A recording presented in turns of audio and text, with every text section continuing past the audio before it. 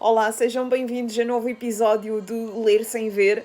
E hoje trago aqui um escritor que toda a gente conhece, quanto mais não seja pelas aventuras de Sherlock Holmes. Arthur Conan Doyle é o seu autor, mas nem só de Sherlock Holmes se faz a obra de Arthur Conan Doyle.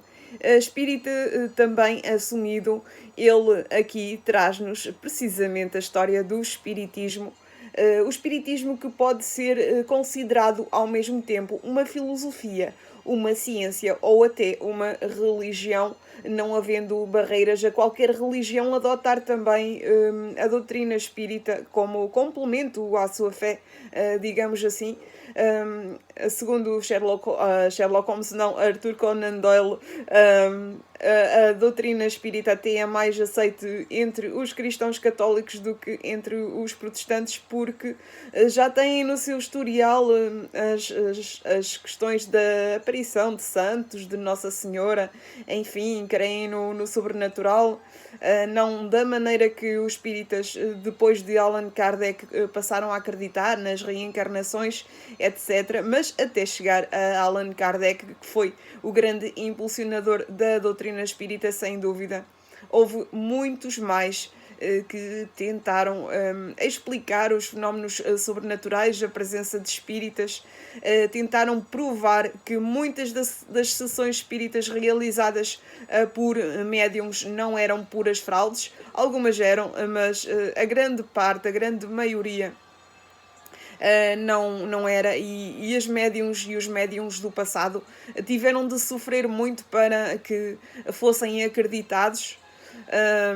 Muitas das experiências foram feitas, foram bastante dolorosas para os médiums. Eles muitas vezes, numa tentativa de fazerem valer aquilo que lhes estava a acontecer, sujeitavam-se a estas situações. E foram muitos os preconizadores desta doutrina espírita antes de Allan Kardec. Depois também muitos vieram.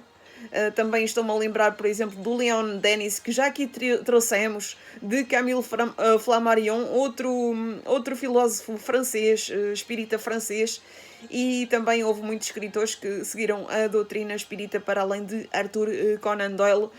Edgar Allan Poe foi, sem dúvida nenhuma, um dos primeiros espíritas nos Estados Unidos. Foi precisamente nos Estados Unidos e na Inglaterra que surgiram os primeiros espíritas, também na Suécia, digamos, mas depois, com o arrastar geograficamente para os países latinos, nomeadamente para a França, com Allan Kardec, mais uma vez, digamos que o espiritismo está como nós o conhecemos hoje, porque foi realmente Allan Kardec que impulsionou esta doutrina com a escrita de alguns dos livros, o Evangelho segundo o Espiritismo, o Livro dos Espíritos, várias obras, vários tratados.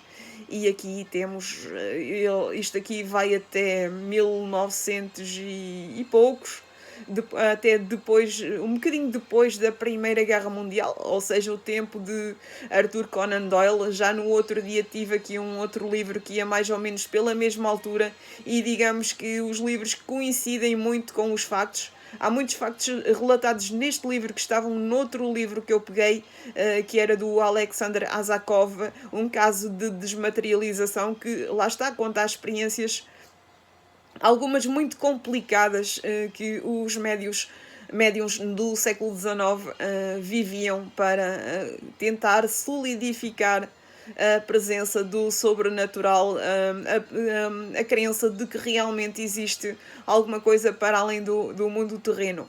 E hoje temos aqui este livro de não ficção, quem diria, Arthur Conan Doyle, o criador de Sherlock Holmes e outros contos, aqui a contar-nos a história do espiritismo, pelo menos até 1920 e qualquer coisa. E por hoje é tudo, foi assim o Ler Sem Ver desta semana. Para a semana voltamos seguramente com outro livro. Até lá, votos de boas leituras.